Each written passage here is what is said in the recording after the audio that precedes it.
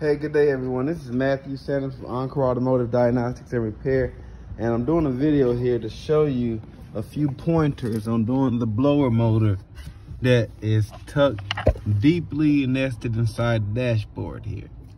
All right, it's sitting right there, center screen. It's already been removed and replaced, but there was a video. I'm not saying it was the ultimate guide that we used here, but it was the quickest guide that we used that day. And in the video there was mentioning about removing spot welds here at the brake pedal to get to the blower motor, and that left us with this mumbo jumbo. Probably would be turned like this on the vehicle. However, I'm telling you, do not bust the spot welds. Look a little further, remove all the bolts. Remove all the bolts. Don't bust the spot welds. If you remove the spot welds, you will have an issue with a possible issue with the brakes, the stop lamp switch, and the cruise control cancellation switch, which is mounted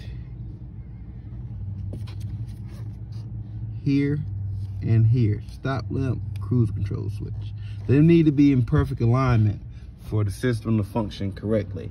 So I caution you, do not bust the spot welds. You are going to have to remove the accelerator pedal and the brake pedal, but do not tamper with the spot welds. You will not get a clear alignment at the end of the job, and you will be replacing the brake pedal if you remove the spot welds. I don't know what the proprietary information states on this vehicle in the procedure, but I'm gonna look it up and see, but definitely do not remove the spot welds.